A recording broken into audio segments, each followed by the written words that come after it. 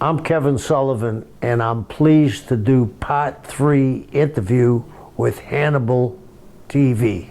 This is Hannibal here from the HannibalTV.com, and I am back for the first guy I've ever done a part 3 shoot interview with, the Taskmaster, Kevin Sullivan, former WCW booker when they were kicking WWE's ass 83 weeks in a row, legendary wrestler himself, and legendary booker.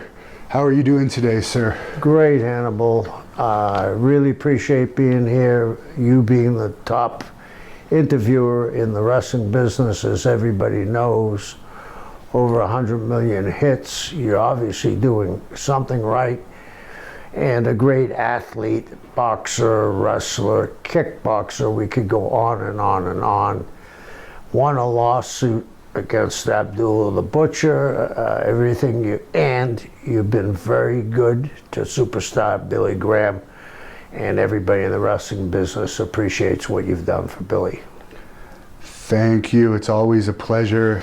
Since you brought up Billy Graham, there was one question I was going to ask you about him. There's actually a couple, but let me start this off with the big Orange Bowl show with Billy Graham and Harley Race, another guy that I had a lot of respect for and I interviewed, and I was really sad when he passed away. But could you talk a little bit about how that show came to be?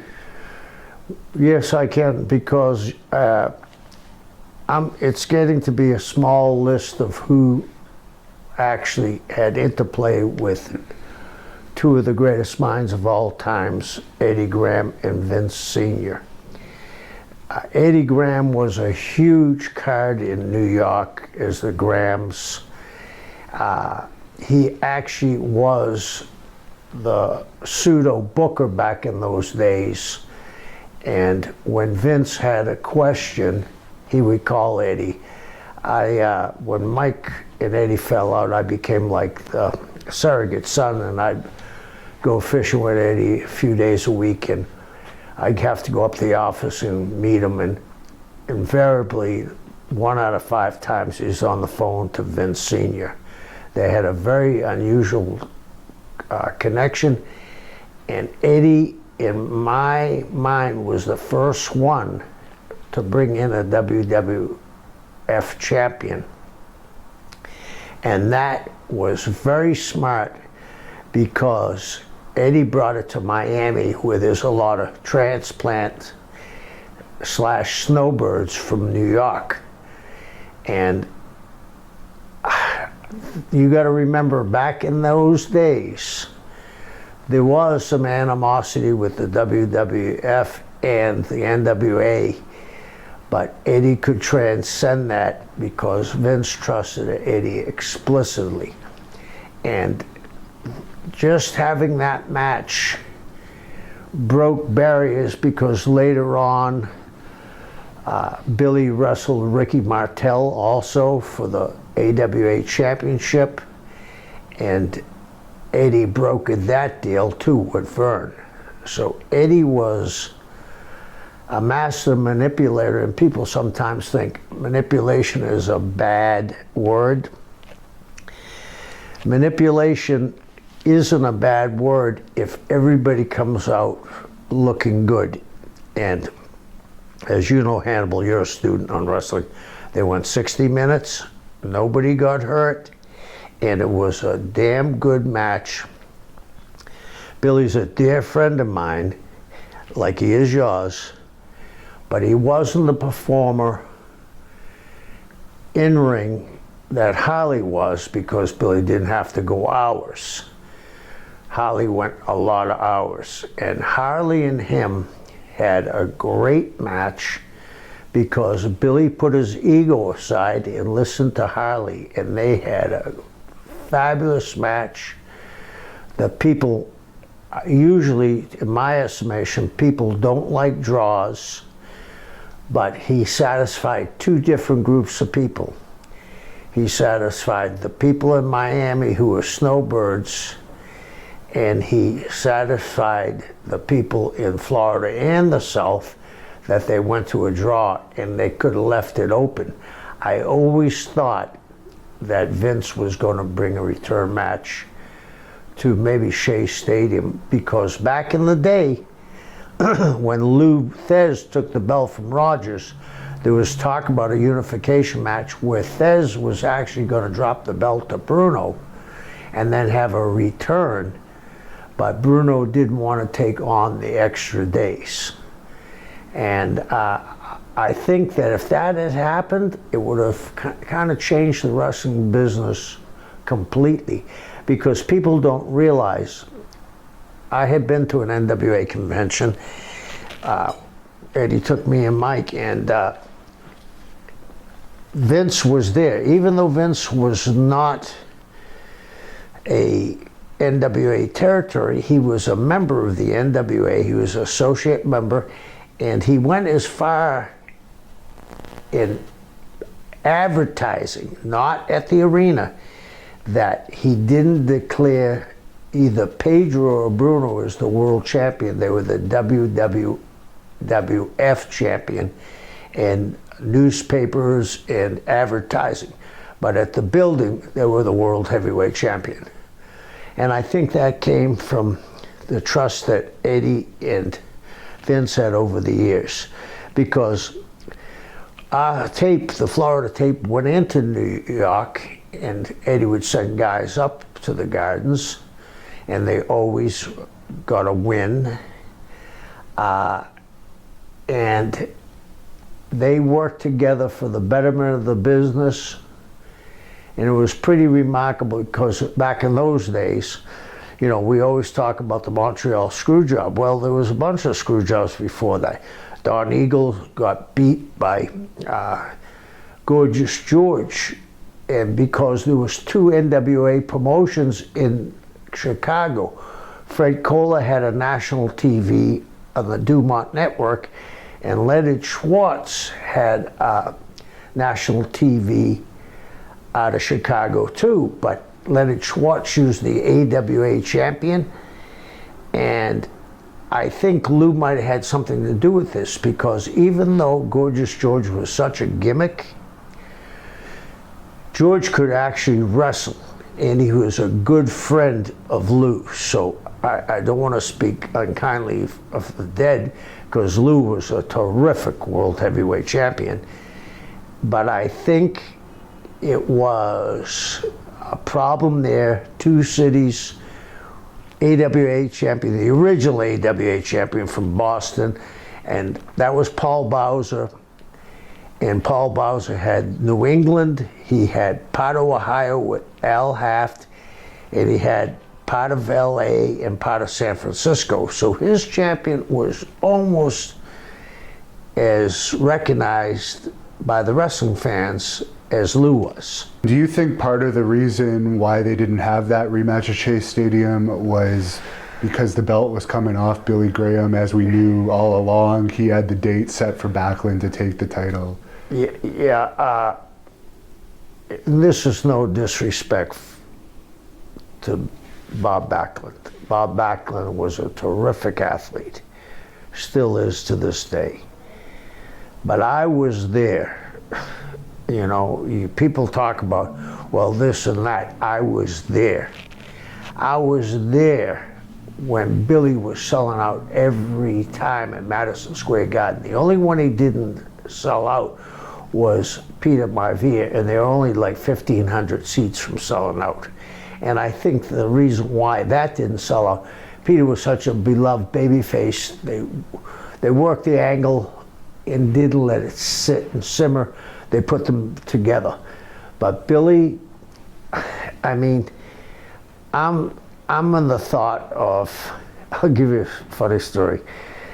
I had when I lived in the Florida Keys, I had a boat, and I turned the boat over, and the 3rd time I turned it over, it would run like a champion. And one day I said, oh, I'm gonna just get it down and tuned up. I took it, drove it to my friends, he tuned it up. I got halfway home and it broke down. He told me back, same thing. I'm a believer, if it's not broken, don't fix it. And you gotta remember, after Billy lost the title and Bob took over, they were still selling out. But it's 2 matches with Dusty Rhodes against Billy. Dusty beat Billy the first time in a countout, then in a bull rope, which everybody thought Dusty would lose. And this is the other fallacy where people say Dusty wouldn't do jobs. Dusty did jobs when he thought it was right, and that was Eddie's finish. He said, no one's going to think you're going to lose on a bull rope match. And Eddie would always have an ace up his sleeve, and I think that's why they didn't return it, because Vince Sr. was a very honorable man. He gave Backlund his date that he was going to win. If they went to Shea Stadium and drew 45 or 50,000 people, he might have got flack from people in the office. He might have got flack from other people saying, well, we maybe go back and debate this. Maybe they have a series of matches. And to me, at that time, you're in unbelievable shape, but Billy's arms were bigger than most people's heads. Nobody could ever match his. No one has matched what he was in. No, and he had just come off winning a Mr. America in most muscular contests for best arms. Yeah, and for Dan Laurie. So and he was the world's strongest man too. At one point, he got into that competition. And he went in that competition more than once. And the time that he came in like 4th or 5th, he had ripped his quad and continued. And he was wrestling a full schedule going into it. Yeah, and I have a very fondness in my heart for Billy, because Billy and I were tag team partners. And when we were tag team partners, Humperdinck, Sir Oliver Humperdinck, was a very good friend of mine. And I used to listen to him because he was a very smart guy, didn't get the credit he deserved. And it was like when I had with Steiner, the people turned Steiner, the people were turning Billy. And then we shot that angle. And then Billy did something on his own, which had never been done that I know of, when he went in the desert and laid in the desert, and we showed still pictures with him talking over it. Billy was an innovator. I think that Billy had the right idea when he went to Vince Sr. and said, turn Koloff on me, because they were partners. I actually wrestled them the last time they were in TV in Hamburg. It was me and Calhoun against them, and they were supposed to beat me, and Billy said, no, we'll leave and we'll go to LA. We'll do a DQ. And I always appreciated and admired what Billy did. Billy was a guy that's been misunderstood, and he did the right thing for the business at the right time. And as you just said, would take a special guy to beat Billy, like a Bruno or a Dusty or a Holly Race. It wasn't that he was selfish. He knew his drawing ability. And I really think that very few times would I question Vince Sr., but the reason why he did it is he was an honorable man and he wasn't going back on his word. And I admire that. And it's funny that Billy hates the karate gimmick and a lot of the fans shit on it, but he sold out Madison Square Garden many times under that gimmick. Even when he wrestled Butch Reed in the late 80s, he sold it out back when it was over 20,000 sellout. Now they get 10,000 people or 12,000 and they claim that it's a sellout. But what he did the karate gimmick in Florida. I know it was not as spectacular as his other one, but what did you think of its success in Florida? It was a huge success in Florida because when we turned on Billy, I had Lenona Littleheart, who has a special place in my heart, when we were doing the angle where she was the Mulligan's neighbor and I brainwashed her, and we had a deal where she got interfered in the match by mistake, and I went to go get her, and Billy grabbed me, and when he did, Humperdinck blindsided him, and I took a chair, and I actually threw the chair at Billy. I didn't hit him with it, I threw it. And it was perfect, because when I hit him, it split him open. Then we took his gi and choked him, and then we took his black belt and hung him with it, and he hung there. And then he left, and then when we came back, Billy did huge business in that gimmick, huge business. But he had also, going home, he had trained, and he had that tan, and his arms were again. So Billy Graham could even draw without being superstar Billy Graham, being Kung Fu Billy Graham. And another guy that had a great body that I did an interview with this past summer was Lex Luger. I haven't asked you much about him. How was he to deal with in WCW? Well, I was there when Lex Luger broke in the business. Hiro Matsuda, you know, they talk about the snake pit in England. Hiro Matsuda had a snake pit. It was in the 106 North Albany where we shot TV. There was no air on, and he'd have Luger do 500 squats, 500 push-ups, and then guys like him that were breaking in had to get in the ring with Bob Roop, Jack Briscoe, Mike Graham. Mike Graham, at 15 years old, was wrestling marks. You know, they'd say, if you can beat the kid. Or Gordon Nelson. Gordon Nelson was another famous shooter. And, you know, he was a Canadian, but he went to England, drew a lot of money. And you look at him, oh, if you can beat the guy that puts up the ring, we'll give you a shot. And, I mean, there's a very famous story where I was there when I saw it, and I think they went too far. A guy came in with his girlfriend and said, I'm going to be a wrestler. You might have heard the story. And he had a mask, and he leaped over the ropes. And the first person he met was Roop. Then it was Briscoe. And then it was Mike. Then it was even Eddie. And the guy ran out of the building, and they had stripped him naked. And he was running up to Del Mabry, which is the next major thoroughfare. And the cops pulled him over. They thought he was in a car wreck.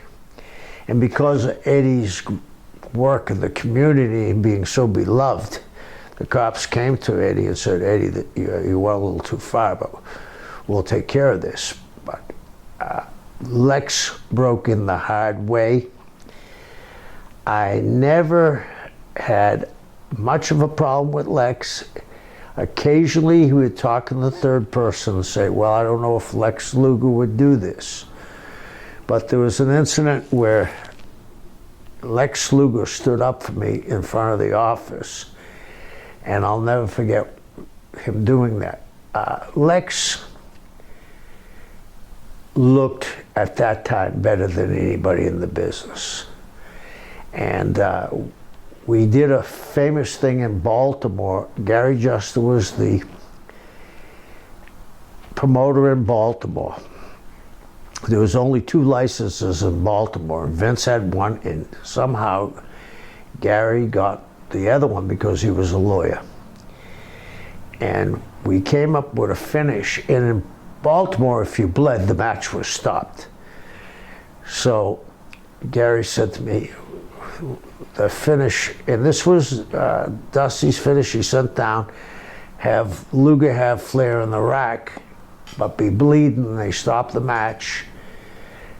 And Gary said, it's a great finish, but we're not going to be able to do it because they're not going to allow blood. So I said, let me talk to the commissioner. Well, the commissioner's name was Chester O'Sullivan.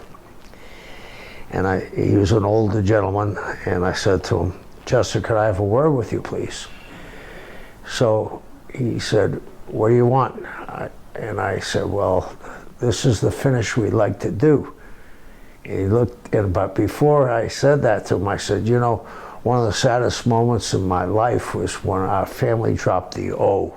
I feel like I'm an O Sullivan, not a Sullivan. He looked at me and said, what do you want? And I said, we'd like to do this finish. He said, when the semifinal comes on, my guys are leaving. This is one time only. And that match we filmed it and showed, and that's when Flair and Luger were selling. Everybody says that, you know, it was sold out to the rafters. Well, they did. And Ric Flair made Lex Luger, and I regret the situation Lex is in. He's a good-hearted guy. He's accepted what happened to him more than anybody I know could handle that weight, you know. So I have nothing but complete respect for Lex Luger.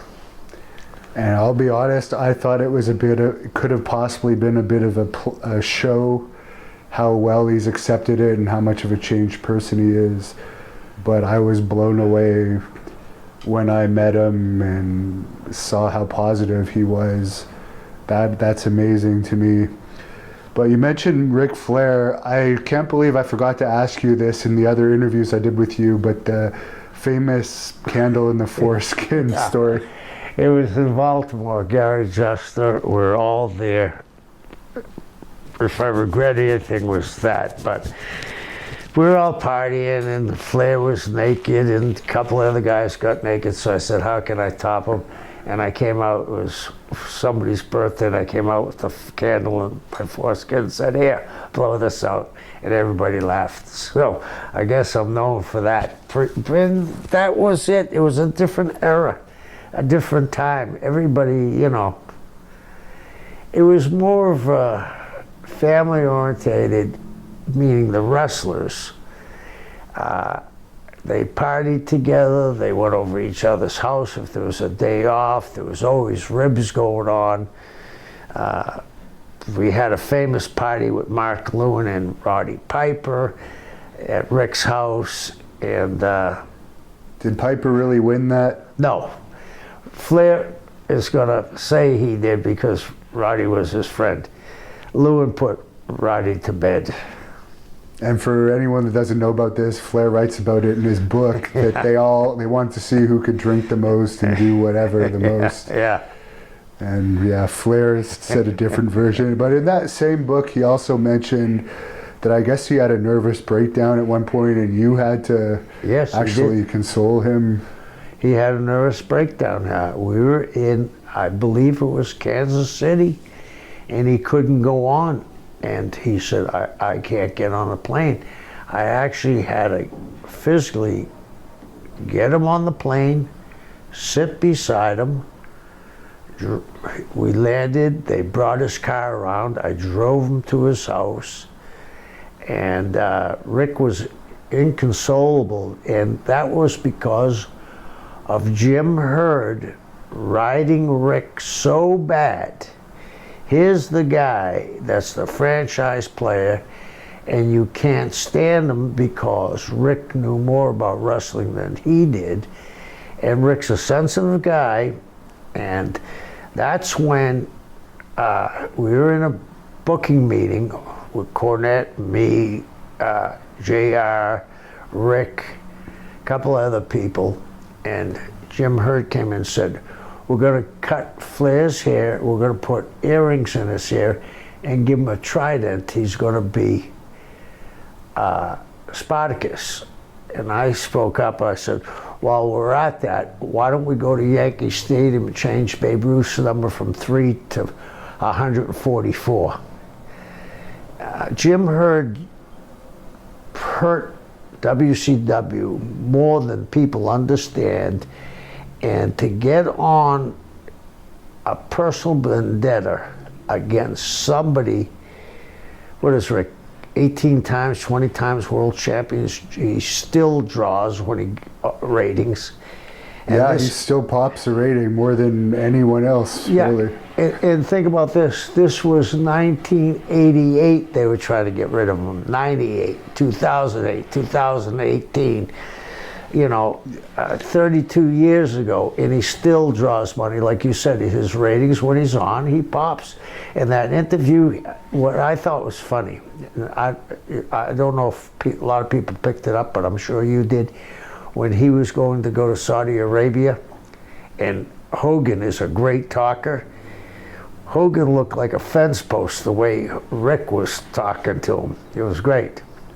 Do you think sending him to Saudi Arabia and the payoff he probably received there canceled out this whole to be the man lawsuit or whatever it was all about? Yes, that's what it was. Yeah, that's what I figured too. And I think it was funny, back when you were using Flair and WCW, they were calling you guys the old timers league and all this. Yeah. And now he's in his 70s and they still use him on TV. I think back in August, the Raw in Tampa was one of the highest rated Raws of the year. They had him and Hogan on. And not only that, the guys that were saying that are now on top. The young guys then are now on top, and they're in the same position. Now I think they understand it takes a long time to grasp the business, and few get over like Rick did. And there's guys now on both sides that are Rick's age back then when they want to get rid of him, that are drawing money. And a lot of people wanted me to ask you this question just because they're giving this guy your last name, but have you been following this whole Lars Sullivan stuff? Yeah. One thing after another with this guy. Yeah, I mean, I don't know.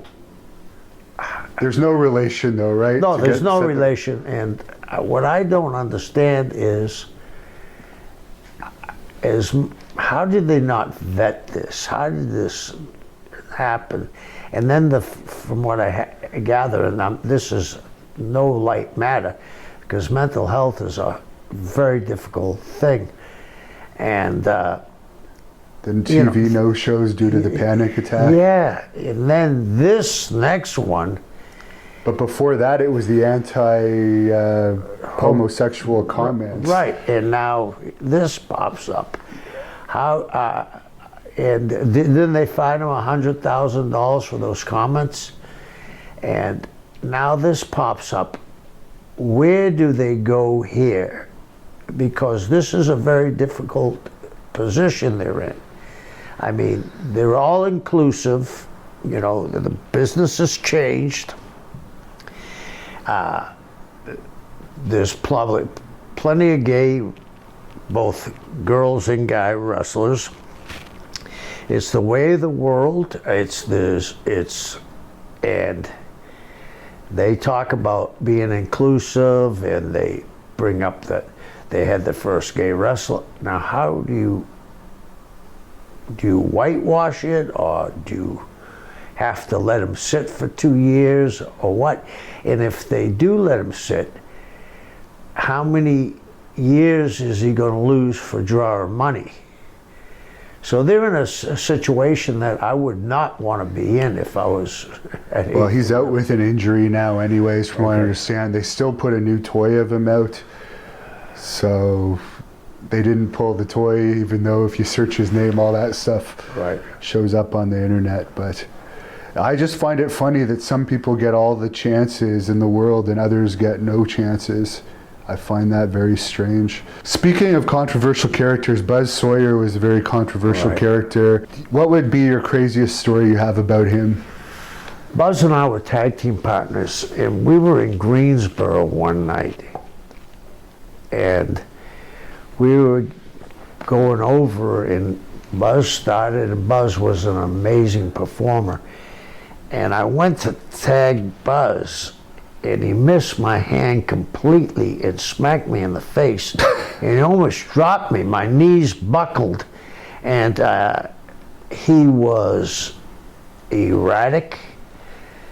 But Buzz, I listened to AEW a few shows ago, and Jim Ross said, "What a power slam reminds me of Buzz Sawyer." Buzz Sawyer was a terrific athlete, and the Hell in the Cell match comes from Sawyer and Rich.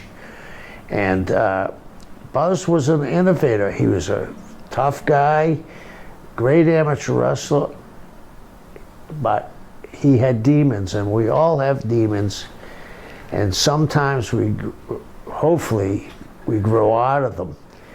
And it's, to me, Buzz would have been a huge star, and he just left too early. Billy Jack Haynes told me that he believes that Buzz may have been hit. Do you think that there's any chance? I think there's a chance. Yes, I do, because he was dealing with some bad people, and I think he could have been hot-shotted or something, because he was hanging around with not the nicest people. And speaking of not nice people, this is a fan question. They wanted me to ask you, who is the most real-life evil person you've ever met in wrestling? Someone like outside of the ring, as it was just a pure evil. Let's not include Chris Benoit in this, just from my own perspective, since Kevin's not talking about Chris in this interview, everybody. There's been guys that have done some stuff. Like, I don't like to talk bad about people, but Uncle Elmer. Hillbilly Jim just told us about him. Wow. I mean, he would con the boys on watches and, hey neighbor, can you lend me a dime? You know, and then bad checks, and it was one thing after another. And, you know, I think the federal government got him for bad checks, because if I'm correct, I think a $500 bad check is a felony. But he did it time and time again. So if Hillbilly Jim said it, I would agree with Jim, because he knew him better than I, but I knew him when I was a kid. He said that he could have been in the KKK, and also at one point he screwed himself over bad in the WWE doing a power play, and it created a lot of tension for Jim all over pretty much nothing. He was lucky to have that position at the time, and basically stuff like that. Oh, I believe that too. And he had this thing where he thought he was more important than anybody. I'm sure he would have thrown Jim under the bus without any reservation, and I'm sure he was lucky to have Jim. Look at Jim. I mean, to this day, he's solid. He's like you know, he's a solid guy, and he's a great guy. I haven't been around Jim a lot, but he's one of the nicest guys I've ever met in the wrestling business. He is the nicest person I have ever interviewed.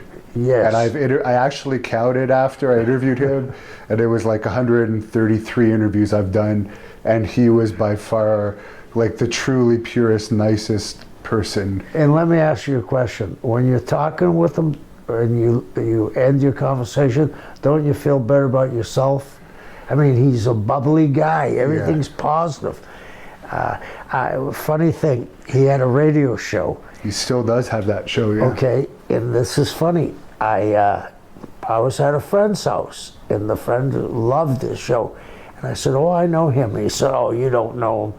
I said, yeah. He said, well, call in. I called in, and you know, Jim could have said, hey, how are you doing, Kevin? I mean, he went on and on and on, and it made me feel so good. I said to my friend, is that good enough for you? He said, yeah. Jim's just a wonderful human being.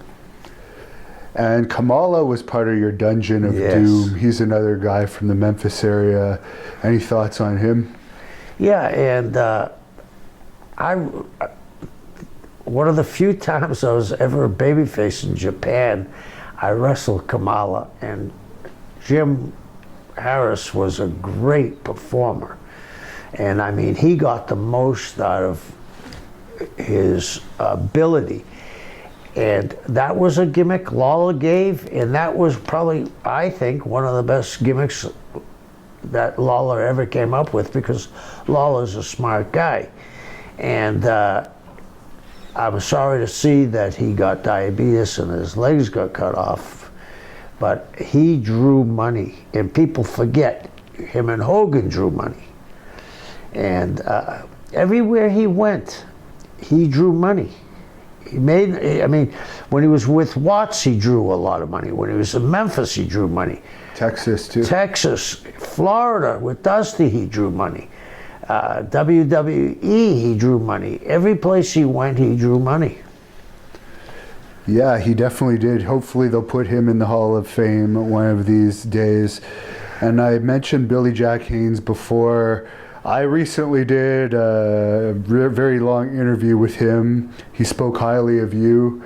To start off, do you want to talk about his Florida days? Yeah, I mean, I had Billy, when he came to Florida, the funny thing was, he was supposed to be there at a taping, we'll say, the 7th of January. Well, he didn't come. And all the shows, we were getting phone calls, I'm almost there, I'm almost there, I'm almost there. And we're saying, he's coming, he's coming. And he didn't show up until the show was over. In some way, I think that was kind of like a shot in the arm. He was such a big celebrity before he even got there. And then when he got there the following week, he got over like gangbusters. Dusty put him with himself, and he got over, and they put him with me for a little angle. And we were in the Sun Dome, and there was Native Americans there because Billy claimed he was part Native American, and they gave him a statue. And when they gave him the statue, I said, might as well use it, and I grabbed it. And I whacked him, and he got blood, and we had a great match. Most guys probably would have been pissed, but I enjoyed working with Billy. If you had asked, I mean, he was on the cover of all the magazines back then. If you had asked me when that was going on, I would have said Billy's going to be a huge star for a long time. I think he made a lot of decisions that he probably looks back at and says, which we all do, maybe I shouldn't have done that. He was really over in Florida, and then he gave his notice and went to Texas, and then he became like a surrogate Von Erich, and then something happened there, he left. Then he went back to Portland to Don Owens' territory, and Don had always taken care of him. He opened the gym, and then he ran opposition. Well, there's a reason why very few wrestlers become great promoters. I mean, Eddie Graham was an exception, the Sheik, Bruiser, but unless you, Dusty, but Dusty surrounded himself with J.J. Dillon, Blackjack Mulligan, people that knew the workings. Billy went there on his own and thought he could, you know, get sponsors. It's a hard job to promote. It's not as easy as people think. Oh yeah, it's not easy at all, No. actually. You know that, and you're Yeah. successful. Yeah. You got to be working 24 hours a day. It's not like, okay, where am I tonight? And on holidays, by the way. Yeah, and the other thing is, back in the day when there was territories, where am I tonight? Oh, West Palm. I got to leave at 3 o'clock. These guys are in the office at 9 o'clock, and then they're going to towns. I mean, it's not an easy thing. Now, I didn't know much about Black Blood Yeah. until I actually interviewed Billy Jack Haynes. And when I looked up Black Blood, I was a bigger fan of Black Blood than I ever was of Billy Jack Haynes. Was there actual plans to go somewhere with that? Yes. I know he was injured. Can you discuss, was that your idea to bring him in for that? No, it was a funny thing. Did he tell you the story how he got into the meeting with Dusty? He was a little all over the place. Well, he had left Dusty in Florida. I don't know if he gave a notice or not, but he just disappeared. And he knew he had heat with Dusty. So to get to Dusty's office, Janie Ingalls had an office in front of his. He dressed up as Black Blood, walked into the office, and crawled like a reptile on his belly under by Janie's desk where she didn't see him, and popped up to Dusty. And Dusty said, anybody that has that much cojones, I'm going to use them. So that's the funniest thing yeah, ever. and that's Billy, right? You know that's what happened. It isn't made up. And they were going to push Billy, and then all of a sudden, you said there was an injury. There might have been an injury, but again, he just disappeared.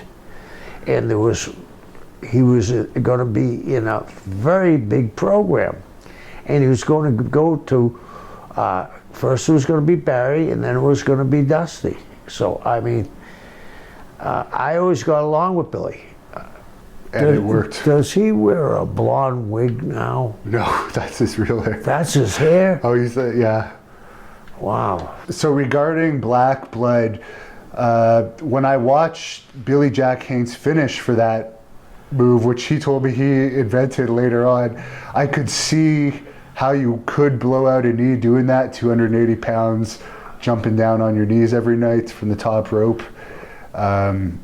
To your recollection, was that why he left WCW, was a knee injury? Not that, to my recollection, wasn't. I mean, he was there and then he wasn't. I mean, if his knee blew up, we had doctors there. We had, at that time, we had a surgeon that came to the matches, so especially in center stage. So I don't remember that. He was saying that it happened in Philadelphia. I don't think so. Did you enjoy managing him? You were also managing him. Yes, I did enjoy managing him because Billy was an intense individual as you are. And I think that's somewhat lacking in the wrestling business because I enjoy that kind of intensity because it translates to the ring, which translates to box office. That's what stood out to me watching those Black Blood matches. That intensity didn't show as much as a face, but as a heel, I basically just watched his enhancement matches. Right. He was monstrous, and he was very intense, very believable, and as you said, that's lacking today, but I could have seen him going somewhere with that, especially with you managing him at that time. Yeah, and he had wiped out the slate with Dusty, and Dusty was giving him a second or third chance.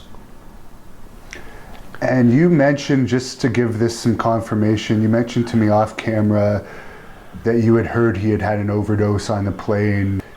He was telling me during an interview that I did with him recently that some people have questioned that, but you had heard about that. I had heard that too. They had to make emergency landing.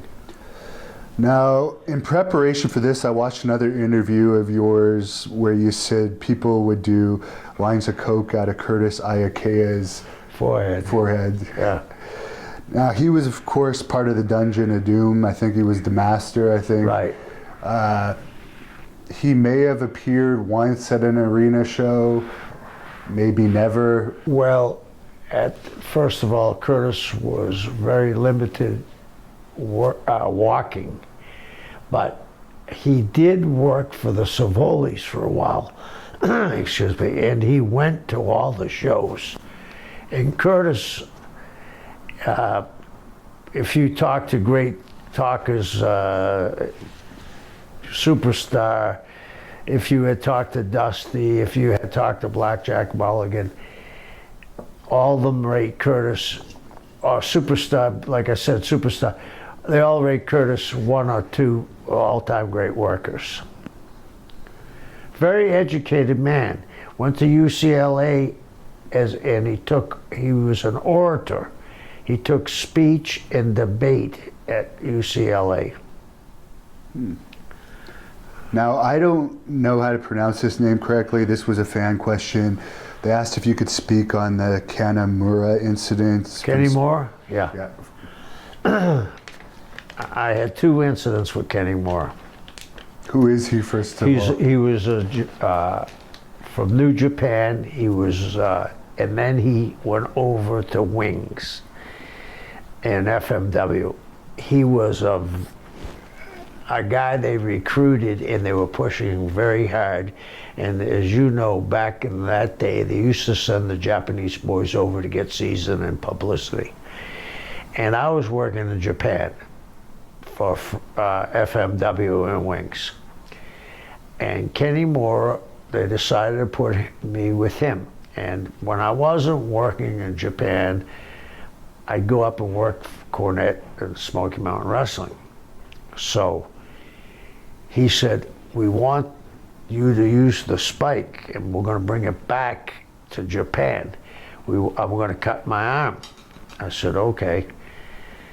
I said, are you sure you want to cut your arm? I mean, your head's just as easy. It doesn't look as bad. No, I want to cut my arm. So we get ready to do the angle, and I get him down the ground, and I hit him with the spike. Well, he had a surgical blade, not a broken piece of razor blade, a surgical blade.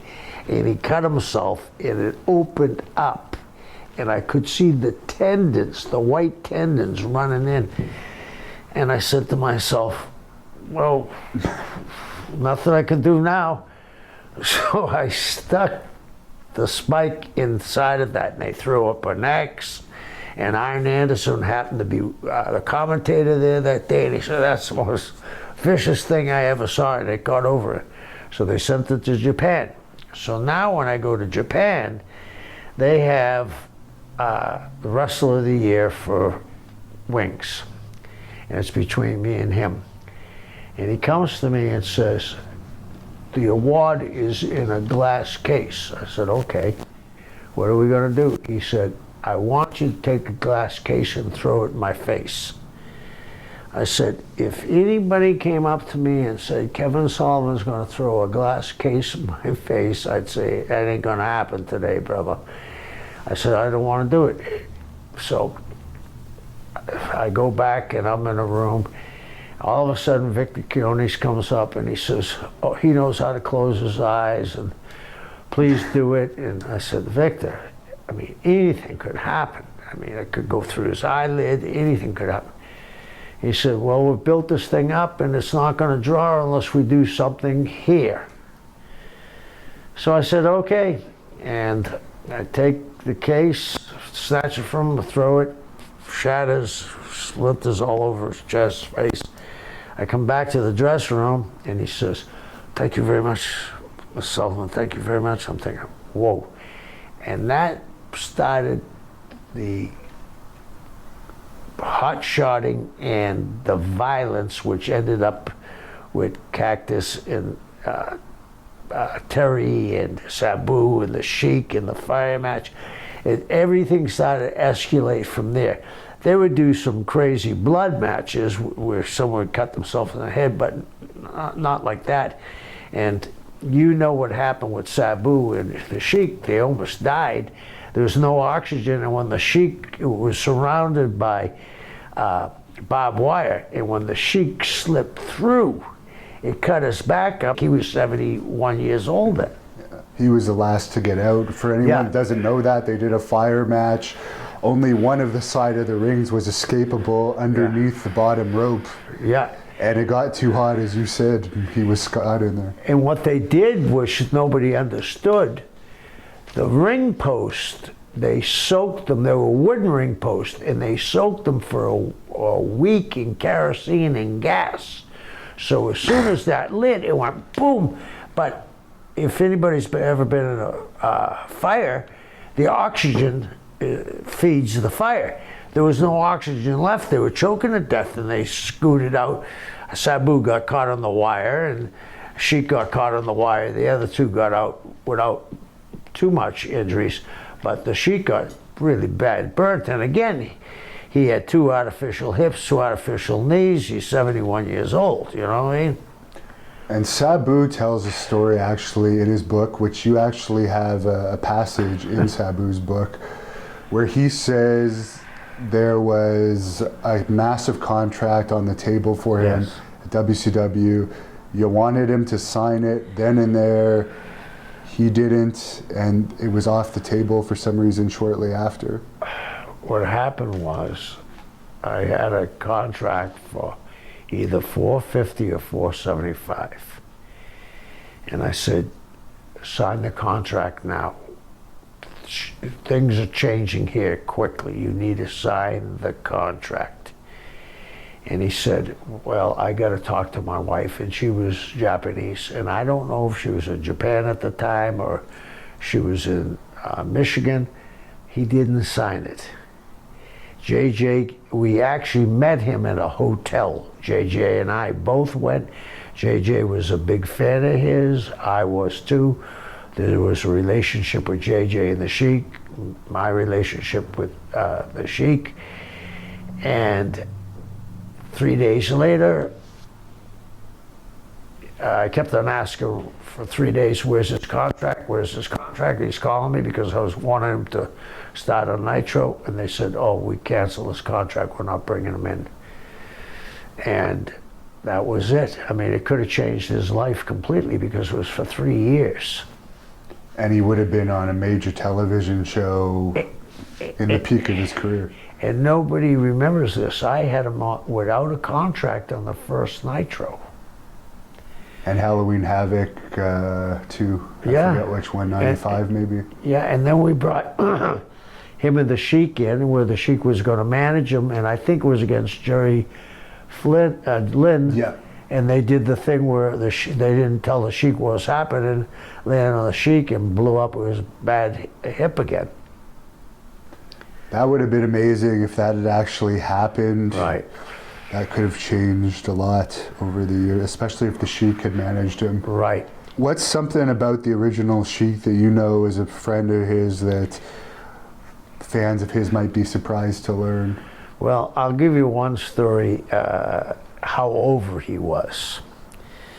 We were having Summer Sizzler tour, and I begged Dusty to book him in Detroit. And he says, we're not going to draw in Detroit with the Sheik. His time is come and gone. I said, Dusty, I'll bet you anything. And I think we bet $500. Well, the match was, and I've never been in a match ever like this before, and I've never seen it done. It was the Sheik and Dusty. They were the baby faces against me and Murdoch. And in the cage, and during the match, it ended up being me and the Sheik against the Texas Outlaws. And we drew the biggest house of the summer. And it was not because of me or Murdoch, it was Dusty and the Sheik, but we played our role. But what happened that night, and I'll never forget it, the first match was in, and this is the Cobo Hall. There used to be doors would roll up, the metal doors would roll up. And Bobby Fulton and Jimmy Cornette were standing in the hallway, and I was too. And all of a sudden we hear beep, beep, and he pulls in. They were like children at Christmas. I probably was too. Their eyes got this big. And the whole building turned. He gets out, he's got his suit on, he's got the vest, no shirt, he's got more gold around his neck than Fort Knox, he's got the rings, the thing, and the building just exploded. I mean, it was a phenomenon. And I read Dusty's book after he passed. I wish I had read it earlier. Dusty says the two greatest workers that he ever worked with, and after that I looked at some of Dusty's tapes. Mark Loon was the greatest babyface and the Sheik was the greatest heel. And Dusty sold like Mark. I never noticed it before because when I dealt with Mark, he was always a heel. Even when I was a babyface, he was a heel, and then of course him and I were partners. But the Sheik just had something special. I mean, I think I've told this story to you before. I went to a wrestling match when I was a kid, and they brought in the Sheik, and he was going to wrestle Bruno. And I knew wrestling wasn't on the up and up, but it was like going to a movie, willing suspension of disbelief. But when the Sheik came down the aisle, I felt like the building moved. And when he jumped Bruno, he sliced them, diced them. They actually had 4 matches in Boston Garden. And the thing they did, because the papers in Boston would only carry little stories on wrestling, but somehow somebody paid for this story where the month before they got in an altercation in Madison Square Garden and broke Bruno's nose in the dressing room, and Bruno came to the ring with his nose taped up, you know what I mean? They did it really, really well, and I thought, this guy is real. And then I got to work with him. Later on, when Barnett took over Ohio and Michigan, they were still using the Sheik, and I went up and worked with the Sheik, and I didn't know him from Adam, and he said, we're going to work a DQ, but after the DQ, I want you to knock me out of the ring and go out the other side and grab my belt and take off. Nobody ever did that to the Sheik. And then a few years later, I was in between gigs, and he called me up and said, I want you to come to Ontario. And that's when, you know, the Bear Man in that area. Yeah. I had one of the greatest summers financially and enjoyable, because we would wrestle in a town, and all the hotels back then were subsidized to have gyms in them from the government. Did you know that? No, that's impressive. Yeah. So we would wrestle in Cambridge, and then go to Lethbridge, which is close, right? 50 miles. We were only going 50 to 60 miles every, night. Yeah. And he did all the Toronto area towns, right? Yeah, and he paid gas. We never went into our pocket. He paid for food, drinks. All we had to do was bring our receipts, and he took care of it. And him and I became good friends, and then later on, I was booking in Hawaii. I brought him to Hawaii, and then when I was in Florida, I actually brought him to Florida to work with me. And I heard through actually Sabu's book where he claimed, this is the first I ever heard about it, that there was something fishy with his and Adrian Adonis's death, because of course Adrian Adonis was on tour with the Bear Man, I think up in Newfoundland, and he was saying something like they could have been saved, but the rumor had it that they were basically robbed and drowned instead of... That could be. I didn't know anything. I was gone by that time, but yeah, that could have been. I mean, Sabu does not exaggerate. I'd never heard that, so I'll definitely try and ask him about that, because you don't hear too much about Adrian Adonis's death. Right. Did you ever... Danny Spivey's from Florida. You must have had some contact with Spivey. I've become friends with him, I guess you could say, over the years. Yes, Danny and I are friends. I really like Danny. I'm not going to name names, but what screwed Danny in the WWE, I mean, it was somebody close to Hogan said, he looks too much like you. And remember he did look like Hogan. He was a golden boy at one point. And they kind of cut Danny out of the situation. And Danny was a big, rugged, tough guy. Legit 6'7". Yeah. Not like the Hogan. Hogan's really, 6'4", 6'5". Yeah, and you've probably interviewed Stan Hansen. Yes. Well, Stan will tell you, him and Danny drew big money in Japan, and Danny was I always enjoyed Danny. I thought his work was terrific, And wasn't he the skyscrapers with with Sid? The Taker too for a while, right? Yeah. He was the one that stayed on. Yeah. And then he was Waylon Mercy as well, but he had a lot of injuries. He's actually looking better than ever lately, and I would love to convince him to come and beat somebody up in my league in Canada, but I know he's pretty well off. I was at his house, and he has a really nice house, and I know he's doing well for himself. He's the voice of the Buzzard too on the Firefly Funhouse WWE. Oh, really? Yeah. Cool. Yeah, he does I wish they would use him on camera, but apparently he's the famous Buzzard. Now, Bob Roop has told me that he didn't really enjoy roughing up the marks that would want to become wrestlers, and in recent years, actually I think last year, a videotape came out. I don't know if you've seen this. Yes, I have.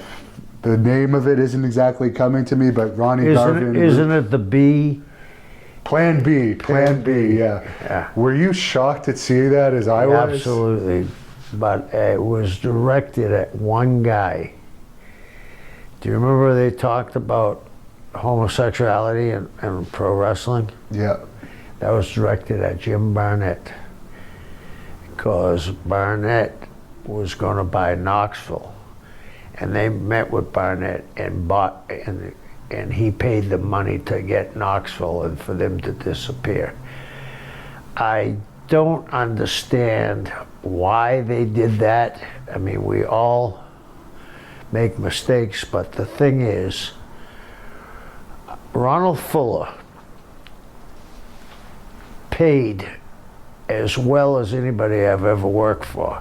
And in the summertime, almost everybody in the territory had a boat because the pay differential wasn't that big. It was a small group of guys.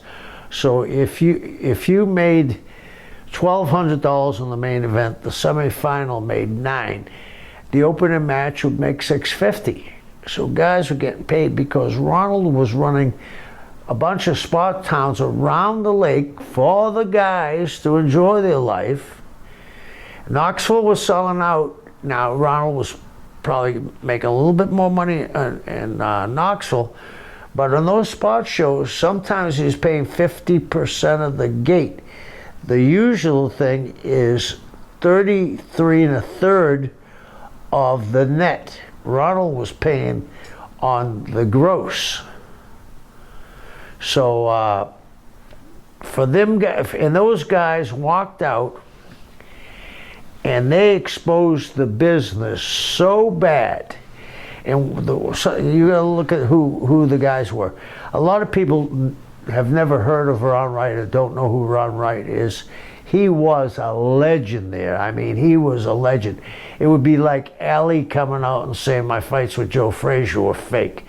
Then you had Bob Roop, and then you had Great Malenko, Bob Orton, and Ronnie Garvin. And Ronnie Garvin. And Ronnie really, people thought Ronnie was really big.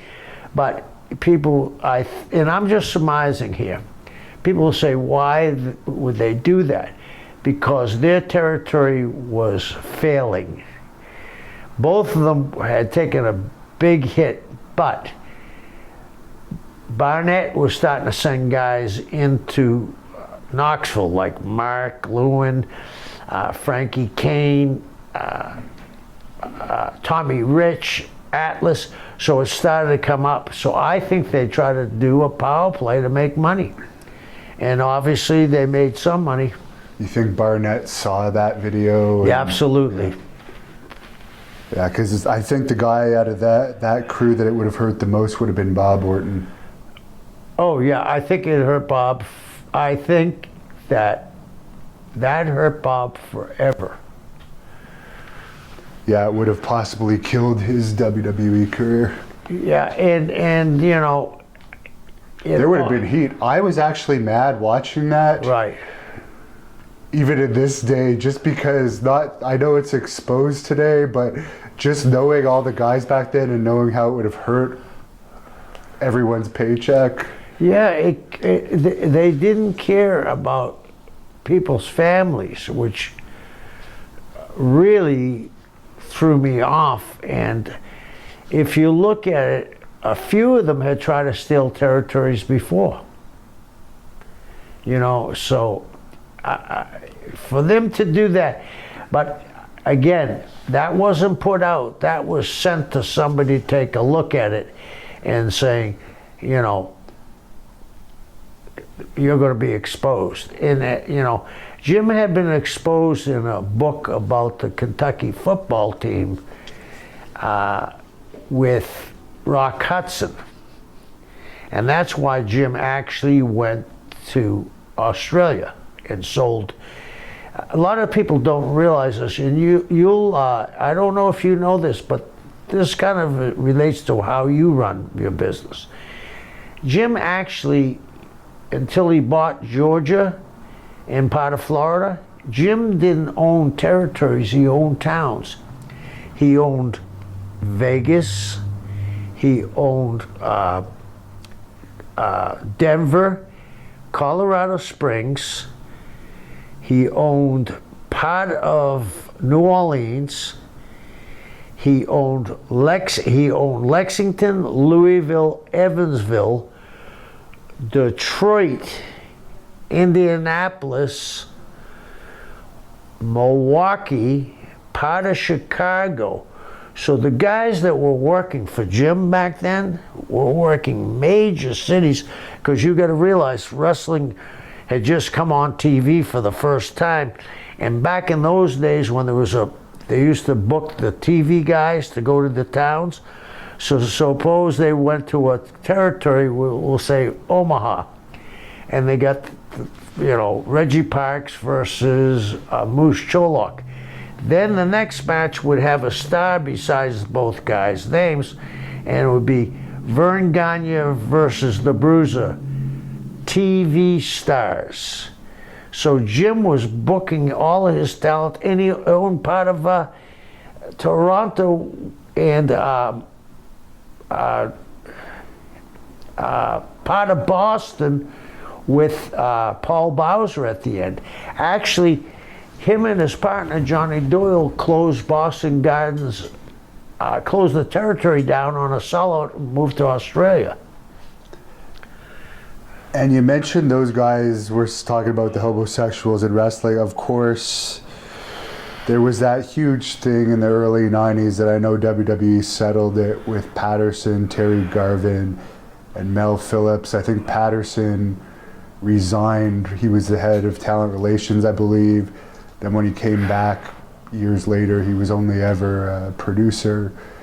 But you must have had some experience with all of those guys. I don't know about Mel Phillips, but Terry Garvin and Pat Patterson. I barely knew Pat. And Terry Garvin, I knew Terry when I was a young boy, and Terry would kid around, but Terry was, you know, it's like stories you hear about Jim Barnett. Jim Barnett kept his personal life personal. I think that Mel Phillips was the ringleader of this. I'm not so sure Terry's participation, but it seemed to me, from what I read, and I wasn't there, it was always a young boy waiting for Mel Phillips. And Terry was married too, so not that that means anything, but... yeah, we don't hear much. We never really heard much from Terry Garvin after Right. that. It kind of destroyed his career. But Right. Patterson obviously was always tight with McMahon, so, and it was all settled anyways. I was just curious your opinion. And here's the thing, if I'm going to give Patterson what I think if I was a lawyer. Vince McMahon wouldn't have put his company in that jeopardy if he knew that was true. I think he put, you know, it was like, I'll give you an example. Didn't, and I hope nobody takes this out of context, didn't Fit Finlay do an angle where, and he was the agent where they were doing the American flag, salute to the American flag, and the guy came down and they let Fit go for a while, but he came back, you know what I mean? I think that Vince said, well, we'll get the heat off of you. I don't think Pat ever lost a payday. Why do you think WWE never made you more of a serious offer? I did hear, actually, I believe it was Jim Ross, on Jim Ross's podcast, someone asked that question to Jim Ross, why was Kevin Sullivan never brought into WWE Creative? And Jim Ross actually said, because you did the Satanist gimmick so well, even though it's not true, you have like heat related to that. Well, that could be true, but they did Papa Shango, and they have had a dead man, a vampire, for 25 years. I don't think that could be an easy thing to fall on, but I don't think Vince McMahon would say that's the reason. There must be. At the time, I did have a meeting with them one time when I was building my gym. I couldn't go then. You know, I had to be there. Not that I was going to go, but we were in serious talks. I also used to talk to Vince quite frequently, and I admire what he's done. You know, we can talk about how bad things have gotten, but he's drawing 90,000 people at these WrestleManias. It's easy for you're a promoter. It's easy for people to second guess. I'll give you an example. One of the biggest mistakes I ever made, Flair had been the booker and he had alienated the production people. So, because then they started taking shots accidentally on purpose, you know what I mean? Yeah. Guy goes to jump off the top rope and they get it on the guy, not on the guy jumping off the top rope. So I brought a couple of them in, and now I hear one of them's taking credit that they're writing the show. Terry Taylor knows this story, very few people know it. So I came in when we were going to do a show, and I put the paper down. And I said, I'm going to have breakfast. I'll see you in 3 hours. When I came back, nothing was written down. It's very easy to second guess. You, me, I was a booker, you're a promoter. It's easy for us to second guess. But the pressure they're under, and especially now with 3 hours. I think it's 9 hours with SmackDown, Raw, NXT. Okay, and now maybe not 9/7, maybe. I bet you're closer to 9. There was 205 and all that. Oh yeah. But I'm going to ask you this. There are so many wrestlers now. To get TV time on anybody, it's very hard, especially a new guy. That's why I hear people saying, well, I wish The Undertaker had retired with his winning streak. Great. But maybe when he lost to Brock, you know, I see the faces of the people, maybe that should have been the time. But they can't afford to, because the WrestleMania, he is one of the draws. The younger guys need to be developed dramatically. But Goldberg still draws more than any of those younger guys. Yeah. And and think about this. I started Goldberg because I knew what his limitations were, and that's why I had to do it smoke and mirrors. But they just signed him too. I don't know if you heard, because they don't want him going to AEW. He's signed to like a long contract too. Yeah, and I think what's happening is we have this thing to go to the least resistance.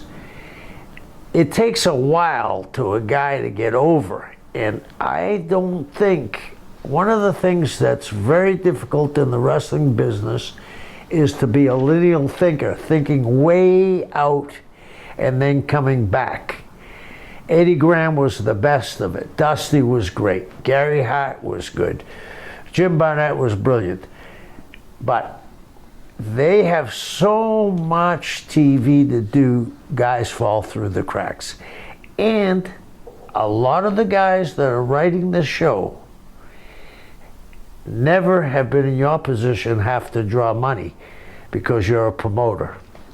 Or wrestling on it too. I always equate it as, I kind of know it because I have wrestled on shows that I've promoted and know how important it is to draw. But when these guys, a lot of them are signed, given a development contract right away, they don't really understand the importance of drawing a house and sometimes the extremes you have to go to like pop some type of an angle. Exactly, and there seems to be, because it's children friendly, there's no intensity, there's no, I always use this expression, anticipation is greater than reality.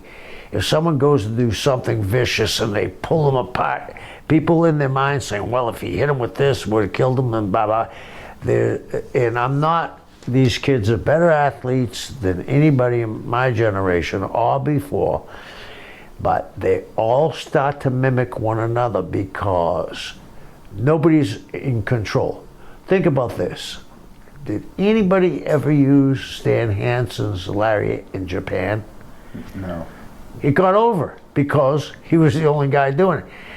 Everybody's doing the same move, and because a lot of these people that are writing the show have never been in the ring or even know the history of the wrestling business, they think, well, it's fake, we can do anything we want. No, you got it. That's why Goldberg drew. That's why you draw in your town. You're intense. We got to get, I happen to really like that Park kid. Brother, my thing, I got it's the Kevin Sullivan trip, meaning you and I are going to go out, right? Not you. I'm going out. I'm having a few beers. I'm walking down the street, and there's Brock Lesnar on one side, and there's Orange Cassidy. Orange Cassidy on the other side. What side of the street you going to walk on, big guy? Yeah. You know what I mean? And then I have another thing. In the last 50 years, has football uniforms changed that much? No. Boxing? Absolutely not. MMA, even though it's not been around for 50 years? No. Baseball? No. Basketball? No. We get guys walking to the ring that look like they're waiters from Yeah. the Olive Garden. Yeah. You know, you gotta have, it would be like doing a movie with Spartacus and a guy having a three-piece suit on. Yeah, it doesn't, you still want to see athletes and you Right. want to see larger than life characters, but yeah, they turn it into comedy too, Right. and then it just becomes a big joke, like the Colt Cabana kissing Joey Ryan's dick recently. It's just like, yes, we know it's fake, but you're just slapping it in our face there. Well, let me ask you this, and I'm not disparaging either one of these guys. If you had an 8-year-old son, would you bring him back after you saw that? No, I wouldn't. Okay, and I know the big thing is 18 to 39, okay? But McDonald's hooks you when you're a kid because they put toys in your Big Macs and all that, and Star Wars is connected to it and all that. You want to have a long-range program, meaning that people are going to grow into wrestling fans. I don't know, and I know it's a different age and a different era, but there's a point where you say, okay, we've crossed this line, what's next? Taking your pants off and doing it? And I think it's just appealing. There is a crowd that likes that, Right. but it's appealing to a smaller and smaller crowd. It's turning off more people than it turns on, but whatever. One thing that really pissed me off about Impact Wrestling, I good for Joey Ryan if he makes great money doing his gimmick. That's fine. For the crowd that likes it, that's Right. fine. But they brought in Ken Shamrock to Impact Wrestling. and they had him taking moves from Joey Ryan's dick. It's like, as a booker, would that even cross your mind if you had like a... Not a Ken Shamrock. I mean, you know, and to give Joey Ryan his due, maybe a match with him and Orange Cassidy would be a huge pop. I could actually say, yeah, go ahead and do it. But Ken Shamrock, this guy's a tough man. I mean, you know better than I. Wasn't he the founding father of UFC, really? Him and Gracie? He's one of them, yeah. Yeah, with him and Gracie. Yeah. But yeah, apparently he's mad at me now because I publicly said that that was an insult to him, that they brought in he's a legitimate UFC Hall of Famer, right. And that's the angle they did. But from what I understand, he's already finished with them.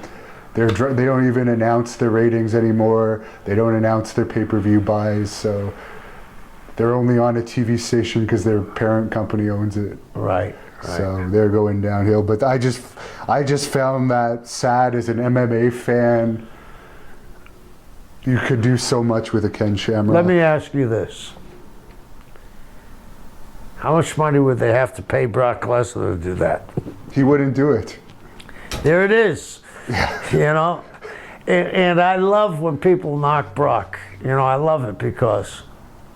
He's the best. I would say he's the best wrestler out there today. Yes, and the other thing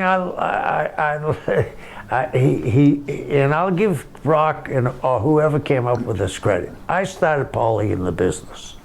He's one of the smartest guys I've ever been around. That match is a match made in heaven. Their symbiotic relationship there works so well. As great as Brock is, he would be a step down if he didn't have his advisor. No, that's 100%. He was blessed that they gave him from the start, but I'm sure Paul was smart, as you know he is, and he worked that. Paul was banging a drum and playing a Rudy Kazudi pipe to get that job. And who was the best booker you worked for? You're known for being one of the greatest bookers of all time. Eddie Graham by far. I remember being in St. Louis, and there was a match with Bruiser, Brody, and Ric Flair. And Pat O'Connor, who owned part of the territory, came to me and said, you think Eddie's home from fishing?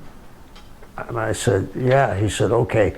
He said, get him on the phone for me. So I called him and said, Pat wants to talk to you. And Eddie went down the card without a hesitation. You know what I mean? And the match with him and Brody was, he did something that was something that Brody hadn't done in St. Louis. Brody was over everywhere, but in St. Louis he was over because Brody did some really unique things in St. Louis. He would drop kick, you know what I mean? A big man drop kicking, and he's a crazy man. It showed that he was an athlete. He said, let them go through, but have Brody have him and Flair running out of the ring constantly because they didn't have cage matches, right? And he said, next show, come back with 2 referees, and he said you could use the Bruiser or someone in that capacity on the outside to throw Rick in, and Rick can get disqualified, you know what I mean, by getting with the Bruiser. And the Bruiser was over in St. Louis, you know what I mean? Yeah. So, I mean, he just had this knack that he saw what I talk about, the lineal thing. He saw, not tonight, he saw 3 months from now that they're going to draw for 3 months with this angle. Did you ever find out why Brody pulled that stunt with Luger in Florida? You know, that was my first night to book, but I was still finishing up in Pensacola. And Frank and I were friends. And I said, Frank, why? He said, because the guy doesn't have a clue. He said, I could have done 2 things. either embarrass him or beat him up. He said, and I didn't want to beat him up. And that's why he did it. And you got to remember, if you look at the tape, Luger used to, and this is not knocking Lex because I said, I told you how I feel about him. But when he first started, he was like a rock'em sock'em robot, you know what I mean? And Frank would hit him, and it wasn't done intentionally, but he didn't know how to sell. And then you see Frank whacking him a couple of times in the back of the, grabbing him back in the neck, boom, boom, and Luger backing up, and now it's getting to be stinky. And, but in some ways it works. We're still talking about it 30 years later, right? Yeah, it's one of the most things that Lex Luger is asked about. A random, probably house show in Lakeland, some fan taped. Yeah, and he always says, I had a family, He also alleges that he made up with him after there was discussions in the dressing room, but he's a good guy, so I'll leave it at that. Yeah, I think they did. Frank was, if you had a problem with Frank, he would tell you. And Frank was smart enough this way. Bruiser was a businessman. If Frank had beaten up Luger, he knew that Luger was going to get shoved by everybody. He knew that if he beat up Luger, the St. Louis thing may dry up. He may not be able to go to New York because of the relationship Eddie had. But Frank was just about started in Florida. He was, Frank Goodish out of Texas. So I think Frank was a great businessman. And speaking of New York, do you find it weird that they put Abdullah in the Hall of Fame, yet they put Bruiser Brody, who actually wrestled Bruno Sammartino in Madison Square Garden, in this legacy wing of the Hall of Fame? It didn't even notify Barbara about it and didn't even invite her to the Hall of Fame that year, even though she was in New York last year. Like, it seems like such a contradiction. Bruiser Brody, who actually wrestled for the company, is not in the main wing. I never heard that. I thought they were going to make a big deal of him going in someday. And you say you had different, well, these fingers are from Abdullah. He wanted to hit me in the head with a bell. Abdullah never worked for Vince. Brody drew money, and I also think that if he didn't die, he would have went back there. And the same thing with Billy. He would have been a huge baby face. And for them to put him in and not to say anything to Barbara, who's one of the nicest ladies I've ever met in my life. That's pretty strange. She was upset about it, actually. I talked to her about it at Cauliflower Alley. I bet she was. That's the first time I met Barbara at Cauliflower Alley. Okay, I've met her a few times, and the first time I met her, I was actually very upset because it kind of hit me at that point how tragic it was, because it's like, this is his wife. Yeah. There's an actual other side to him. But that's obviously one of many tragedies that have happened over the years in wrestling. And I read Bret Hart's book, and there's a few things in there that I know for a fact he's exaggerated. When he's talking about the night that he received the concussion for Goldberg, right, he alleged that you had an overdose in the dressing room that night in his book. No, I had a problem, but I didn't have an overdose. It was a health issue. So that's another one of and that kick, I watched that time and time again. Didn't he get up after that kick? It's been so long since I've watched it, I don't know. He didn't like me because I wanted him to do an angle where he ran down and kicked Sting against Hogan. Remember that fucked up finish where Hogan didn't kick out. Remember that? Oh yeah, the Starcade. Yeah, so I wanted him to run down and kick Sting, right? And get Sting disqualified. And say, no, kick Hogan. So he would get disqualified, Sting, and have him say, you're not going to beat him before I beat him. He reached his peak before WCW for sure. Right. Unfortunately, it's just been a downward. At least he's made a lot of money. Yeah. He went back to WWE. Yeah. He's still making tons of money. But one guy who actually was a really nice guy. I've met him before he passed away. Brother-in-law Bret Hart, who Bret, I don't know, had some issues with, I guess, before he passed away. But British Bulldog, Davey Boy Smith, how did you get along with him? I thought he was great. I thought he looked great. I thought he worked great. And here's the thing. Here's your brother-in-law, and you're talking about that he's hiring crack in a 85,000 people house. In a match that everyone loved. Yeah. So why even say anything like that? And here's the thing. If he was that screwed up, would the match have been that good? Imagine if he wasn't screwed up. I mean, I don't understand that. And I don't understand why you would do that to your brother-in-law. I mean, that's family. Now, Andre the Giant was known for sometimes taking liberties with people in the ring. Did you ever see any incidents of that? I'll tell you a funny story.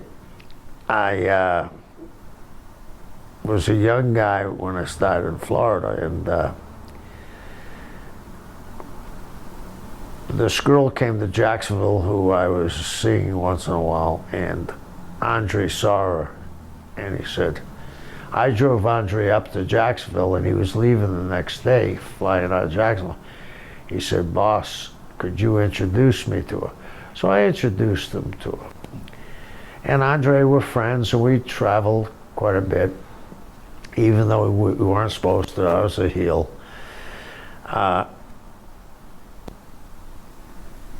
John Studd was so afraid of Andre. He was working the territory at the time in Florida.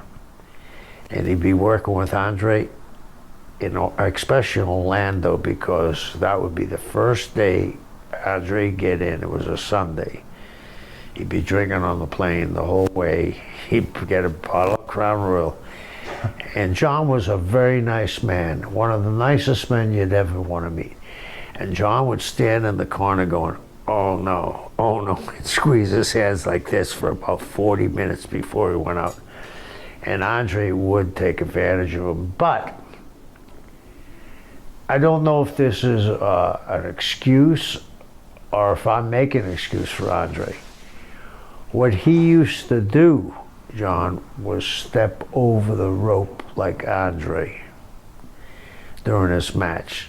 There was only one giant, and he would pound John pretty well. Interesting. I never heard that. I did hear that John was afraid of him, but I wasn't sure exactly why. He was like that with Hogan too for a while, wasn't he? Who? The giant? Oh yeah, when they first went to New York and Hogan was a heel, yeah, he didn't make it easy. I think they became friends in Japan. Okay. Yeah. And how is everything with you and Hogan now? Do you guys ever talk anymore? Yeah, I talk to him. I've talked to him once in a while. I mean, I wish him well. He's doing okay. I don't think, suppose he's trying to come back for this last match, right? WrestleMania. 10 back operations, I don't know.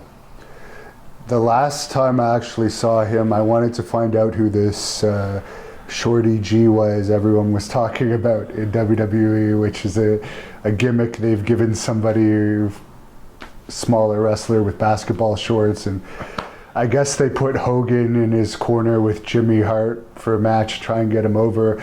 And I was looking at Hogan on the outside, like hunched over. Right. It was clear that he was having issues walking, and then 76-year-old Jimmy Hart out there too. Funny, try to use those older guys to get the young guy over, but I was looking at that and saying, how does Hogan think he can actually wrestle again? I know he probably wants the payday. Right. And we all have egos, and I'm sure Hulk would like to close it down in its hometown. And he did say he didn't want his last match to be for TNA. I think that he wants to close it in his hometown. Did TNA ever approach you? Yeah, and I had a meeting with Dixie, and again I was working. I had over $1 million tied up in a gym, and the vibe I got from her was she thought she was Sam Mushnick. She thought she was running the wrestling business. And I don't understand how she didn't hook up with somebody that was a straight shooter to keep her in line. Because at one time they had a pretty good roster, but they had Flair who didn't work, they had Eric who didn't work, they had Mick Foley who didn't work, they had Hogan that didn't work, they had Nash that didn't work, and they had all the TV time. Well, I believe the ratings they were getting then is better than the current ratings of WWE a lot of the time. It is, yeah. They were getting a 1 point something at various times. Yeah. Which you rarely hear the ratings in a 1 anymore. And I did read the other day that football has actually gone up in ratings since 2016. So I read the same thing. Yeah, you saw that. Yeah. So I do understand that it is different. For me, I'll watch it on YouTube. I don't have cable though, but overall it definitely is less popular for sure. Back when NWO was big, you would see shirts everywhere. That I was going to say that when I lived in the Keys, every kid I'd go to the football games if I wasn't working on a Friday night. The stands, 30% of the kids had Goldberg, NWO for life, Nash. 30%. I mean, I never see a wrestling t-shirt now unless I go to a show. And the other thing is, you'd even see regular people do the Rock's it doesn't matter thing, like regular people that you wouldn't expect to be wrestling fans. Right. There was an incident at, I think it was a TV taping with the Nasty Boys and Hall and Nash. Right. I've heard Nobbs's version of it. I haven't asked Nash yet. Hopefully one day I will, but I was wondering if I could get what you heard about it. The Nasty Boys weren't the easiest guys to work with, and they were very dangerous. And I think it escalated that if you could put it in this perspective, it got out of control really quick, and somebody there should have said, enough is enough, let's start working. You know what I mean? It just started escalating sometimes. And the Nasty Boys were a team, and they didn't want to be jobbed, and I understand it, but hey, nobody was hotter than the NWO at the time.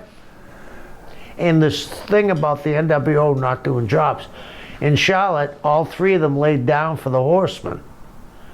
So they knew, like Dusty did, there's times to lay down, but it wasn't to lay down for the Nasty Boys or make them look like world beaters, because they were the ones that were drawing the big money. And you mentioned in another interview I heard you in saying that both Hogan and Flair had certain friends that they'd like to bring wherever they went. Obviously the Nasty Boys were Hogan's friends, but you said some of the friends were better than others. Could you give an example of maybe some of the good and bad friends of both Hogan and Flair? Not necessarily bad, but not as good as performers. Right, not as good as performers. Yeah. I mean, okay. the NWO, they pushed for Sean Waltman. Sean Waltman's in 2 Hall of Fames after this WrestleMania. Sean Waltman has never got the due he deserves. Sean Waltman came up with that idea of him having the camera. He fit that role perfectly. You saw Nash, who was a giant, muscular, and he's 7 feet taller almost. Then you have Tarzan, Scott Hall. Then you have the Kid. Well, anybody in the arena would say, well, I can't beat those two, but I like to punch him out. And that parody that they did, Sean Waltman should have got an Academy Award when he did the thing with Rick. Woo! I don't know why I say that, but I love it. Woo! And then he hit the ropes and crying. Sean Waltman, again, he never got his due. And when Eric fired him, that was because he couldn't fire Nash or Hall. I think that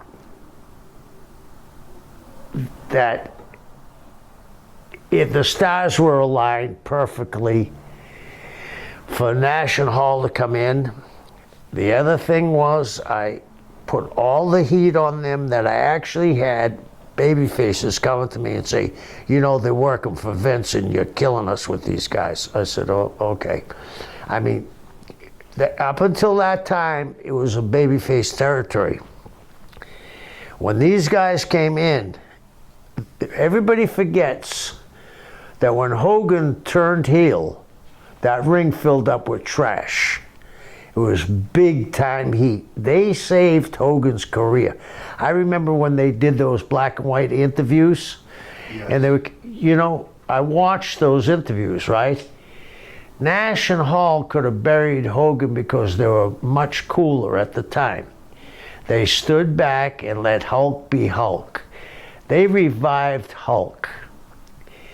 And I give these guys all the credit in the world. We ran with them until they started just passing out shirts and then divided them, and then the Latino World Order. We just made a mockery of something that was special. At one point in time, I heard Nash tell a story that you confronted him one night at a hotel. Yeah. I'm sure you've seen the clip of it. And he also says at the end of it that you guys are buddies now, but what was that all about? Well, Kevin and I were always friends. He called me on the phone. I mean, I was at the hotel, and I was under a lot of pressure then. I go down and kick the door. He says, go away. He didn't have to say it twice. So, I mean, Kevin and I are very close. And I enjoy Kevin because he's like a Renaissance man like you. You don't have to talk wrestling to Kevin. You can talk wine. You can talk baseball. He's a huge Detroit Tiger fan. You can talk basketball. You can talk, he's been to museums. Kevin just doesn't revolve around wrestling. He's an actor. I just think Kevin and I, at that period of time, there was so much pressure on all of us. We just said that night, enough is enough, and then that was it. Because Kevin and I are dear friends to this day. What impressed me the time I had him booked was his reliability. He had taken a booking before he got a movie role, and he actually went out of his way greatly to still make the booking. And I know he was exhausted when he showed up, but a lot of guys would either no-show or cancel the booking. But I thought that said a lot about the guy, that he still made it and did a good job in the match too. Kevin is a pro. Kevin and I were tag team partners when Kevin first started. And I took Kevin aside when he was young and I said, Kevin, he said, some of these baby faces are bitching about we're not giving them enough. I said, good, then you know you're getting over. You know? I'm good friends with both of the Quebecers. They didn't have the best run in WCW. It was really overflowing with talent at that time.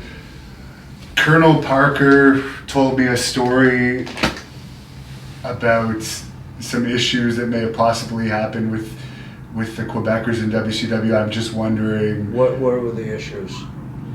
Something to do with not wanting to do the job, I guess. Yeah, I mean, they were in a situation that they came in and they had been used. Their father was one of the greatest wrestlers of all times. He had his own territory. The boys were taken care of up there. They went to New York. They had a great run, but you hit it on the head. They came in when I had the 1927 Yankees. Everybody was great. It was an unfortunate time for them to come in. It was one of those things where I remember I wrestled Ray Stevens on the second match in North Carolina, and Ray had been the greatest worker of all times. And I had followed Ray into San Francisco, and I was on top, and Ray said to me, we're in the middle ring. Could you imagine if Roy Shire saw this? It was just the wrong time, wrong place. Your ex-wife, Nancy, is one of the all-time great women's managers, I guess, and was a true trailblazer.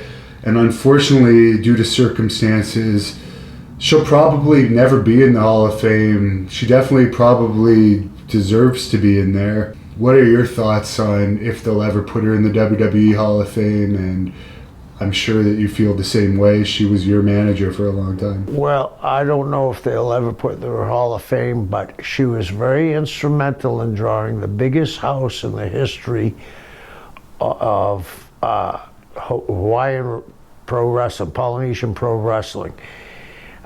We did this deal for almost a year where she knocked Leah Maivia, called her, I guess you can, back in the day, she called Leah a coconut, which is a derogatory term to Samoans. And when they finally brought somebody into her to wrestle, she went out and wrestled. Yeah, I think she was a trendsetter. I think she was probably the first diva, and she deserves to be in the Hall of Fame. I was watching some of the Florida wrestling clips before this interview just to come up with some question ideas, and I love how you guys pulled off the cult gimmick, not just you and her, but the whole group of you. It was very believable. You very much had the Charles Manson thing going on. It was quite something. It's too bad that wasn't done on a bigger stage, but you were very successful in your territory. Well, one of the ones that was so good was Luna Vachon. The Luna actually really kicked it off because we did a thing where, again, Wrestle of the Year was between me and Barry, and she was supposed to be, at the time, she was coming down from one of the magazines as a representative. She chose Barry. I slapped her. And when we got back to the dressing room, she said, "Is that all you got, pussy? I'm a Vachon." And what happened was they suspended me from TV until I would apologize. So I went 2 weeks without being on TV. The third week, she's sitting with Gordon, and she was, at the time, a 19-year-old little girl. And I said, well, Gordon says, "Mr. Sullivan, you have something to say to Trudy." And as I went to say something, she said, "Before you say anything, Mr. Sullivan, I want to talk." I said, "Okay, go ahead." And she said, "When you touched me, I felt something I've never felt before. I felt like a woman for the first time." She said, "I want to follow you." And I said, "Well, you got to sacrifice something." And that's when we shaved half her head. Now, even if you didn't believe in wrestling, what lovely looking girl is going to shave half her head? And people were taken back from that. Luna was a very intricate part of that whole angle. And Luna, as everybody knows, was as tough as nails. I gotta tell you a real quick story. Years later, I'm at a spot show, and Luna's with Gangrel, and there was a manager out there, and the manager screwed up the spot. And Mike Graham and I were in the dressing room, and we were gonna work together, and I'm tying up my boots, Mike's tying up his boots, and all of a sudden I hear this screaming, and the manager comes in crawling on his hands and knees, and Luna's kicking him in the ass and slapping his head. And one of the guys looks at me and Mike and said, "Hey, aren't you gonna help him?" And I said to Mike, "Oh, we've seen this act before." And everybody started laughing. Luna was a wonderful human being. She really was. There's a clip on the internet of Perry Saturn alleging that you once asked Rick Steiner to beat him up in the ring, and then Steiner confessed to him, and basically it never happened. Is there any truth in all of that? No. I actually liked Perry. You know, he's from Boston. I like Perry. And, I mean, guys make up. We have a tendency in the wrestling business to exaggerate. And if Perry said that, I did an interview with Perry about a year and a half ago, and I happen to like Perry a lot, and he's fallen on hard times, and he's had some mental issues, so. And any memories of the Barbarian? Oh, yeah. I've been all around the world with the Barbarian, Africa, everywhere. And I remember I booked Ming against the Barbarian. And everybody came to watch that match. And they were hitting each other so hard. Bob wasn't physically crying, but tears would get knocked out of his eyes. And he said to Ming, "Loosen up." And Ming says, "No, we're going to show them where we're from." And brother, if I had a shotgun, I should have shot both of them, because they were beating each other up, and great people. I've always had a very unique relationship with the Samoan and Tongans, because I wrestled in Samoa on different occasions. And I think, you know, there's a disproportionate number of island boys playing football. They're the best athletes in the world. You know how tough they are. And they can work. So, I mean, and look at now, the #1 box office attraction in the world today is The Rock. They just have a charisma. Best ever squat, bench, and deadlift? I did an 825 squat. That was my lift. But Doug Furness, God bless his soul, taught me how to squat. I saw Doug do 1,002 pounds for 2 reps, clean, no belt, no wraps, nothing. Mark Lewin, I was lucky enough to train with. My bench was bad. I could incline more than my bench. I could incline 430, but I could only bench 405. But at 61, I did 575 on a deadlift after I did 5 sets of 5 or 505. If all the organizations you've been in were still running, which one would you like to be working for now? Florida, because it was such an innovative place. But I don't think you can go back in time, because things change. Did you ever meet Yokozuna? Yes, I did when I was a kid. Fort Myers was the first territory you ever booked. What were some of the keys to making that territory a success? Well, it was a town. Me and Dickie Slater went there. Sort of town. Yeah. Me and Dickie Slater went there because Fort Myers ran on Tuesday along with Tampa. So if they wanted to cool you off from Tampa and not beat you, they'd send you to Fort Myers. And I said, "Eddie, why am I going to Fort Myers?" He said, "Because you and Dickie are going to learn how to book." And we went there, and I happened to be lucky enough to have Dick Slater, one of the most underrated guys in the history of wrestling. And one of the toughest. Yes. Any story about that? Yeah, you know the famous story about John Matusak, where Matusak was sending letters out. But before that, I had just came into the territory, and in Orlando we had separate dressing rooms, but there was a big curtain so no one could see. And Orton and Slater, that's Orton Jr., and Slater had a match.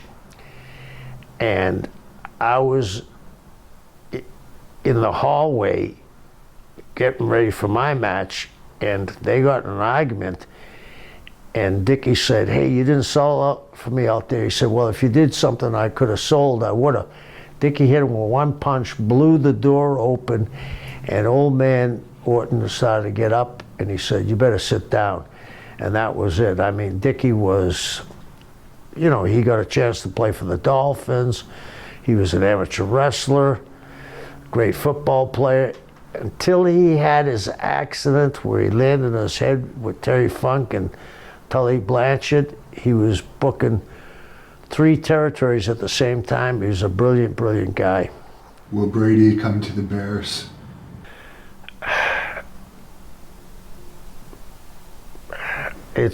I think he has to go somewhere. They did nothing for him this year, but no receivers. They got, and the line was a mess. Was there ever any heat between Dory and Terry Funk? There's some heat there, you know. I don't know what it's from, but, you know, I think that the time has healed the wounds. Do you have any Iron Sheik stories? Yeah, the Iron Sheik is the funniest guy I ever met, and one, you know, they gave him $150,000 when he first came to WCW, and used him twice that year. And because they didn't send him a letter, it rolled over the next year. So he worked twice for $300,000. But we were in, I believe it was Lafayette. It was someplace in Louisiana. And he was wrestling Ron Simmons, and Ron was a bull of the woods back then. And he had driven the Sheik out of the ring, and they fought a little bit around the ring.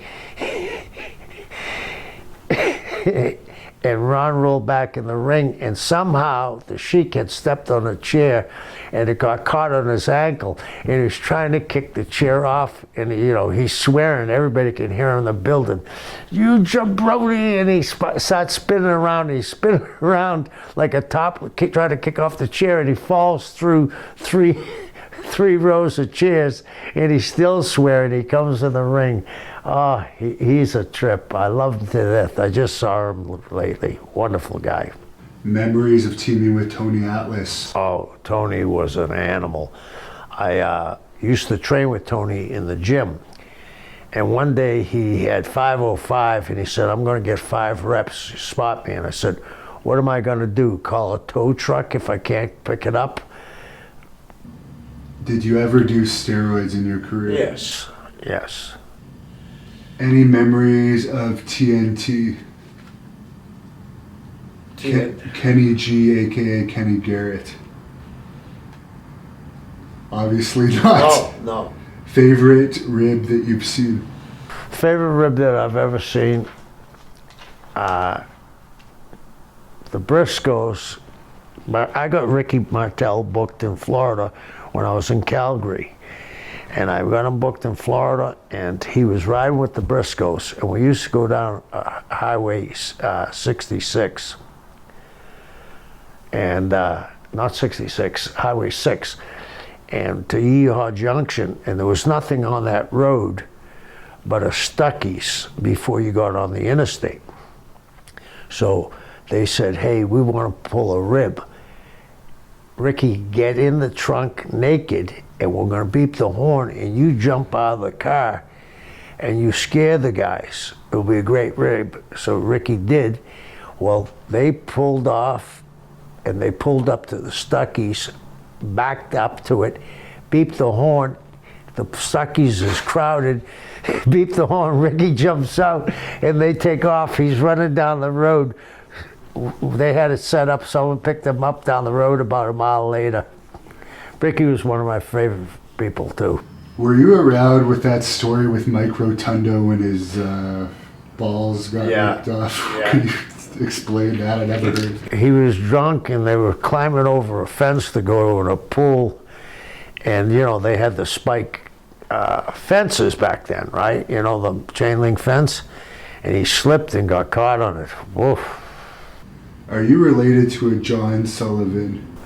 John L. Sullivan. John L. Sullivan. Yeah, the famous boxer. And my brother is John, named after him. What would have been your plan for the Revolution had they stayed in WCW? And you don't have to go into detail on this. Well, I made Benoit the champion. We were going to make Perry and Dean the tag team champions. Bob Mole has that in his book. And we had big plans for them. Why was there never much of a women's division in WCW? Because back in the day, there wasn't that many girls breaking into the business. And now, they're some of the best workers in the business. Did Blackjack Mulligan and Bob Roop ever fight? Yeah. One punch.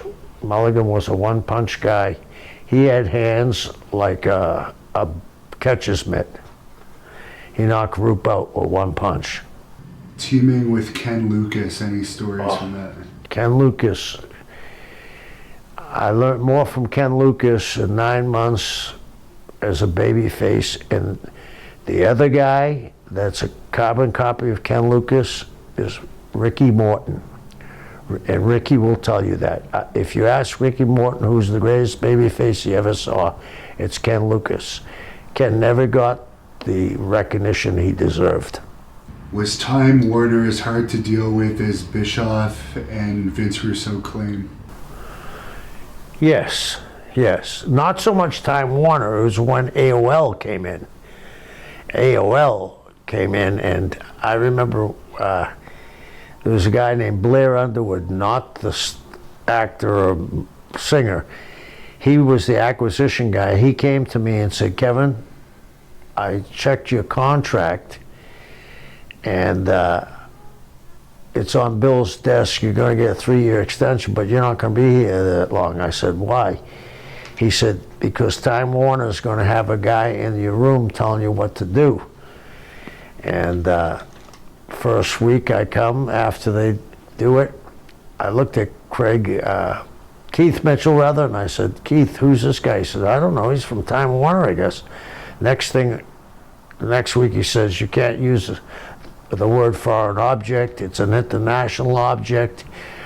You can't have violence, you can't have people getting hurt. I said, well, what is this, checkers or wrestling? And they were start of the downfall, yeah. Are you a fan of CM Punk? Yes, yep. Someone says to ask you about Rick Rude.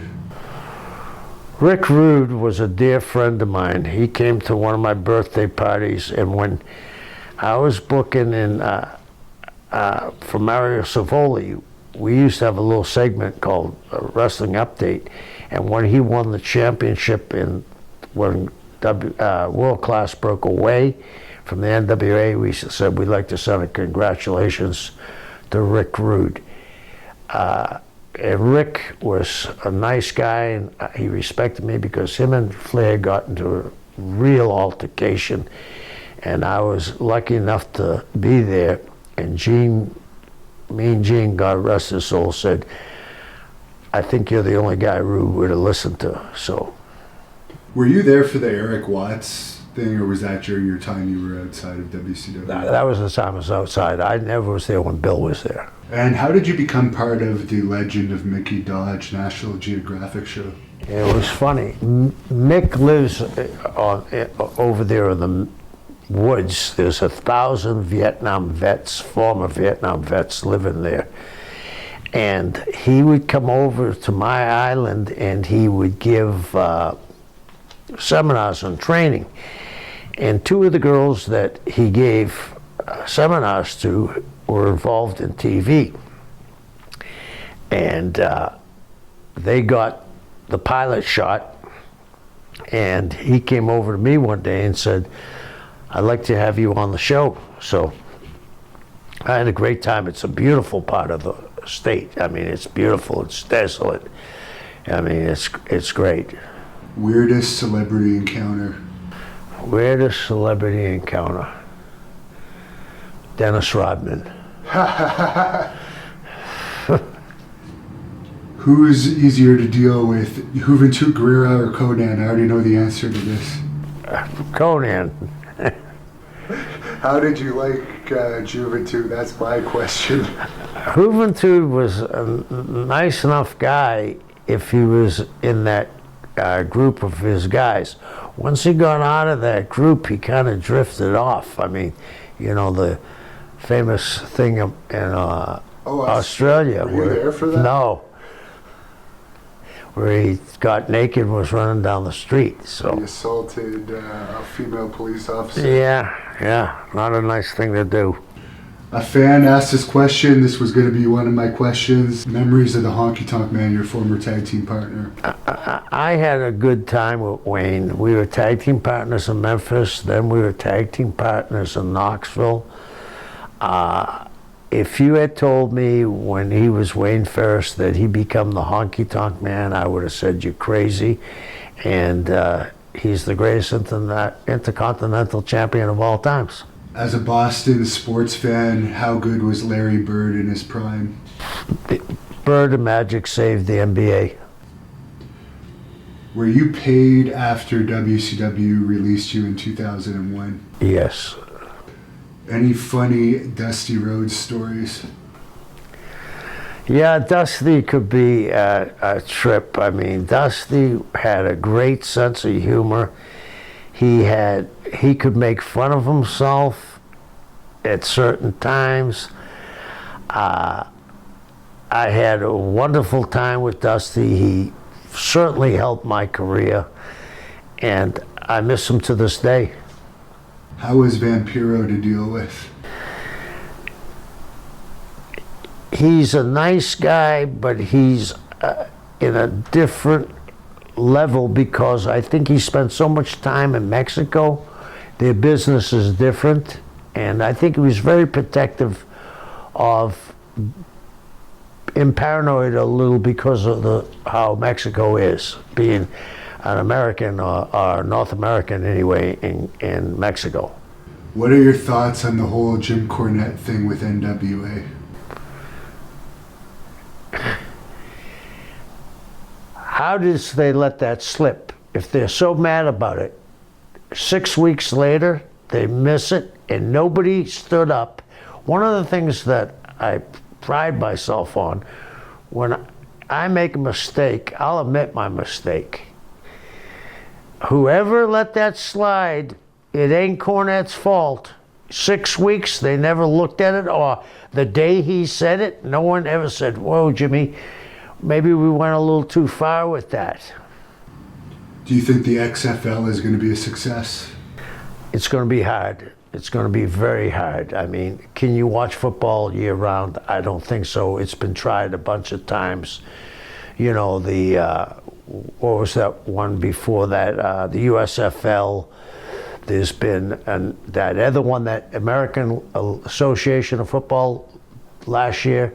It's tough to watch football all year round. I already know the answer to this one, but how is J.J. Dillon in The Office? If I ever had a company and I had a chance to hire one person, it would be J.J. He caught a lot of people's mistakes, including mine. Any thoughts on the Ready to Rumble movie? I thought it was good at the time because it exposed the business, but I think they could have got a couple of better name actors to be involved in it.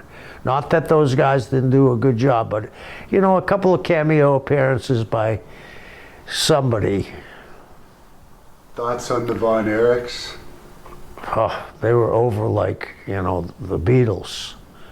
I mean, they were selling high school towns, you know, in Texas, you know, how big the stadiums are and how big the high school stadiums are. They were selling 15,000 seats at high school buildings. They were over.